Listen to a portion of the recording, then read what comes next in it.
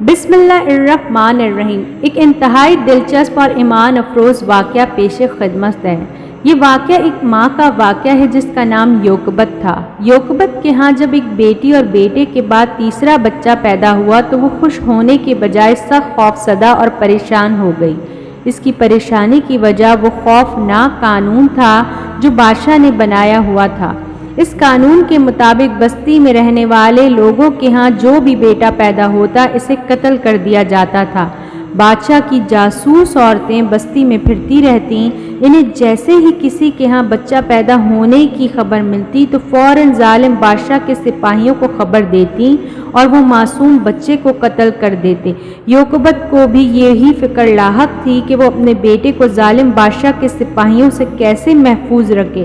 اس کے شوہر نے اپنے طور پر اس کا انتظام کر رکھا تھا کہ کسی کو یہ خبر نہ ہو سکے کہ ان کے ہاں بیٹے نے جنم لیا ہے، لیکن یوکبت نے اپنے شوہر سے کہا، ہم کب تک اس خبر کو چھپائیں گے کہ اللہ پاک نے ہمیں بیٹے سے نوازا ہے۔ جس دن ظالم بادشاہ کے سپاہیوں کو خبر پہنچی اسی دن وہ میرے خوبصورت روشن آنکھوں والے بچے کو میرے پاس سے لے جائیں گے اور قتل کر دیں گے۔ وہ دن رات اپنے بچے کی سلامتی کے لیے دعائیں مانگتی رہتی۔ جیسے جیسے وقت گزر رہا تھا اس قدر اس کے دل میں خوف پیدا ہو رہا تھا کہ نہ جانے کب ظالموں کو خبر ہو اور یہ ظالم اسے مارنے پہنچ جائیں۔ یہ انہی دنوں کی بات ہے جب یوکبت کو محسوس ہوا کہ جیسے کسی نے اس سے سرگوشی میں بات کی ہے۔ اس نے ارد گرد دیکھا لیکن وہاں کوئی نہیں تھا۔ وہ کمرے میں اکیلی تھی۔ اس نے سوچا کہ شاید یہ اس کا وہم ہوگا، لیکن اسے آواز دوبارہ سنائی دی۔ اس مرتبہ آواز اتنی صاف اور واضح تھی کہ اسے کسی قسم کا شک نہ رہا۔ واقعی کوئی اس کا نام لے کر کہہ رہا تھا کہ اے یوکبت، جب تمہیں اس بچے کے بارے میں خوف محسوس ہو اس بچے کو صندوق میں ڈال کر دریا میں چھوڑ دینا۔ دریا اسے کنارے پر دھکیل دے گا، پھر ہمارا وعدہ ہے کہ ہم اس بچے کو محفوظ بھی رکھیں گے اور تمہاری گود میں پرورش بھی پائے گا۔ یہ اللہ کا وعدہ ہے اور اللہ کا وعدہ کبھی جھوٹا نہیں ہوتا۔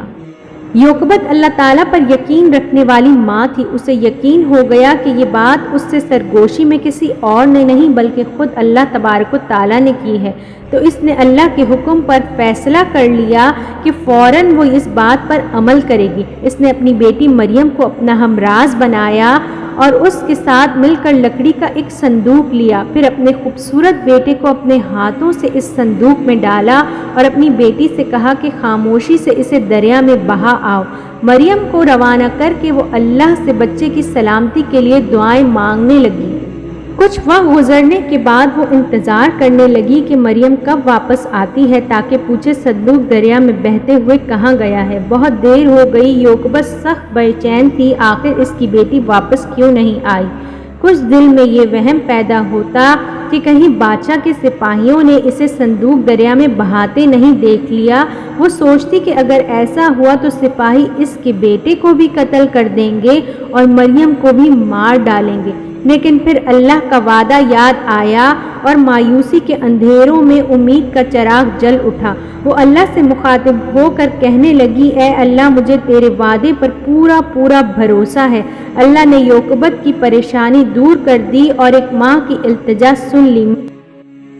مریم بھاگتی ہوئی یوکبت کے پاس آئی اور سرگوشی کرتے ہوئے یوکبت سے کہنے لگی، ماں تیار ہو جاؤ، آپ میرے ساتھ بادشاہ کے محل میں جا رہی ہیں۔ یوکبت بولی، کیا بیٹا بچے کو بچانے کے الزام میں مجھے سزا ملنے والی ہے؟ مریم نے کہا، نہیں ماں، دراصل میرا بھائی بادشاہ کے محل میں ہے۔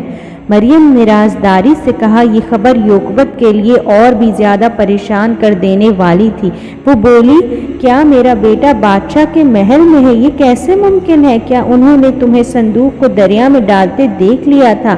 مریم بولی، نہیں ماں، ایسی بات نہیں ہے، میرا بھائی بالکل محفوظ ہے، کسی کو معلوم نہیں کہ وہ تمہارا بیٹا اور میرا بھائی ہے۔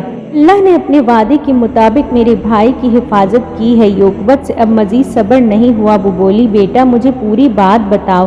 مریم نے کہا، ماں، جب میں نے صندوق کو دریا میں بہا دیا تو مجھے کسی نے نہیں دیکھا۔ میں صندوق کو دریا میں ڈال کر